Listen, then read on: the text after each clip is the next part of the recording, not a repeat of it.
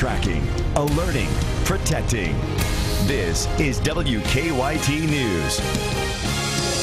Good afternoon. Welcome back to WKYT News. As we approach 12:30, a woman who put her newborn baby in a plastic bag learned her punishment this afternoon.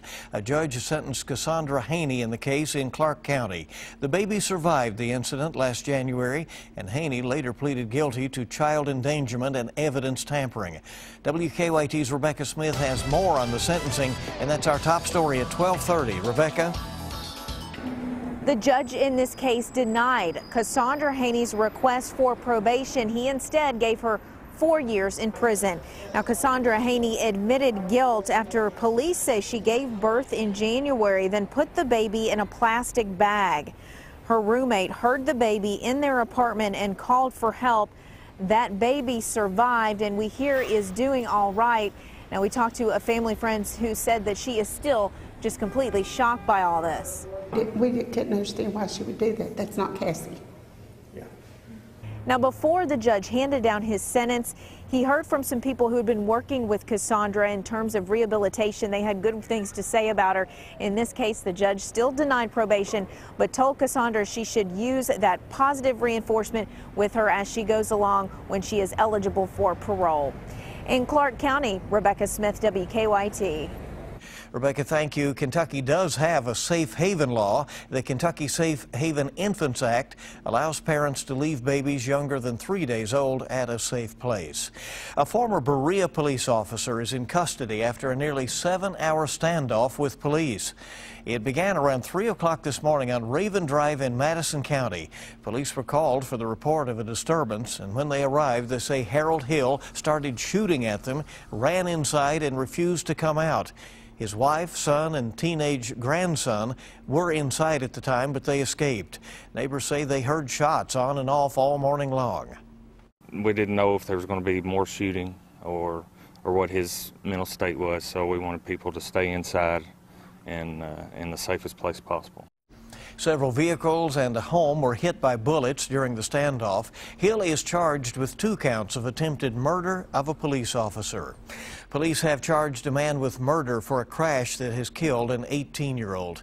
Bobby Snell is also charged with DUI and 2 counts of assault. This happened around 3:30 this morning on Old Highway 80 in the Avawam community of Perry County. State police say Snell's car flipped, killing Caitlin Simpkins. 2 other passengers were flown to UK hospital with non-life-threatening injuries. A former high school teacher accused of having a sexual relationship with a student has agreed to a plea deal. The News Graphic reports Elizabeth Alexander accepted an offer from prosecutors to plead guilty to a reduced charge of unlawful transaction with a minor. A police officer says that she admitted to kissing and touching a 15-year-old in her classroom at Scott County High School and asked him to text her a sexually explicit picture. She resigned from the school last year. A wild chase has landed 2 women in jail. London police say they were called to the Cumberland Valley National Bank for the report of a forged check, and when they tried to talk to the suspect, police say she suddenly sped off. Police say Billy Barnes eventually stopped and tried to run off on foot then, but an officer caught up with her. She and her passenger, Brandy May, were both arrested. They have been charged with several counts. Police say Barnes also hit a car during the chase. The man responsible for killing a Pike County deputy could be released from jail soon, but the deputy's widow is trying to see that that does not happen. Police arrested David Dwayne Childers back in January of 2012 after he hit Deputy James Thacker head-on while intoxicated. Childers pleaded guilty to manslaughter charges and received 20 years in prison as his sentence. He is now, though, eligible for parole. Thacker's widow has started a petition hoping to keep Childers behind bars. And I feel like if I sit back and let David Childers get parole and not try to do something about it, then I'm doing something wrong. Kathy Thacker hopes to have 1,000 signatures before Children's parole hearing is held in November. Police worked a serious crash during rush hour traffic in Lexington this morning. It happened just before 7 o'clock this morning on Richmond Road at Squires Road. The 2-car collision flipped a van onto its roof. We don't know if anyone was seriously hurt in that, but traffic was tied up significantly. We're learning more about a data breach involving T-Mobile customers. The State Attorney General's office says the breach affected 134,000 Kentuckians. T-Mobile checked the victim's credit using Experian from September 1st through the 16th. Stolen information includes names, addresses, Social Security numbers, birthdays, and driver's license numbers. So a heads up from the AG's office today on that. It's going to be a pretty nice afternoon around the area, and you'll want to get out and enjoy that. We have a change in temperatures, though, on the way. And, of course, for the ball game tonight, it's going to be pretty nice. WKYT meteorologist Micah Harris with an early check on that forecast. Micah? Boy, no kidding. Outside right now, we're looking at the London-Corbin area, that Tri-County community down south. Boy, it's beautiful. Temperatures are sitting there in the 60s, mid-60s for a lot of locations. But I do want to point out there are some locations down toward the southwest into Adair County, off into Russell County. We're sitting in the upper 60s. Here comes that warmer air streaming on in. 24-hour planner, we finish off there in the lower 70s, off into the evening. It's one of those times if you're going out to the ball game, just know it's not going to feel anything the same as it does during the afternoon and as we go off into the evening. Those temperatures will drop very rapidly. Clear skies will take over, and man, it'll feel kind of chilly there, especially in toward the second half, so just keep that in mind. Much cooler for tomorrow, but the real deal comes this weekend. It's a big drop of temperatures. We'll show you that freeze threat and also the frost threat coming up.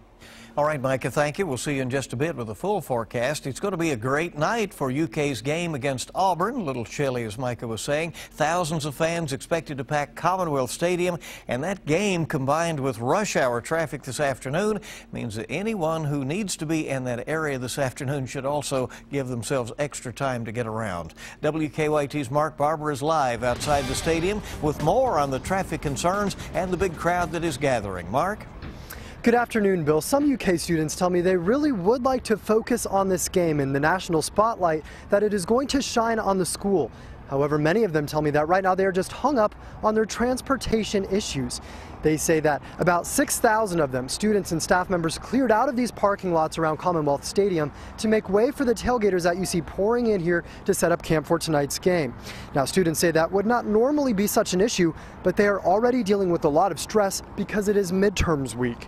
They say they are leaving an hour of travel time to catch the free shuttles to UK from churches in the Whitaker Ballpark, but even then, some say they are still missing their morning classes. City leaders started warning that we could see parking and traffic issues 10 days ago. They say they have been working for over a year to work out the best parking plan, but they are asking drivers to pack some patience today because game traffic will be mixing in with rush hour commuters. Now, traffic is starting to pick up this afternoon, but so far, no problems have been reported.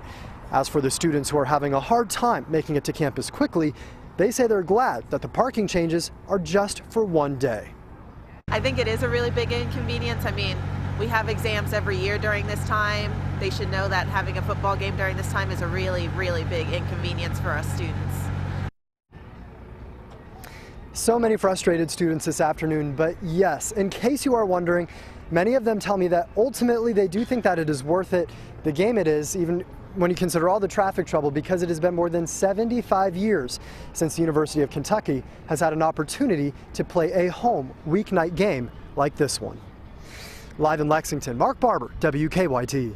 All right, so a little grumbling, and then folks will move on and enjoy the game later on. Tonight's game starts at 7, and city leaders are asking drivers to leave early and prepare to take some alternate routes this afternoon.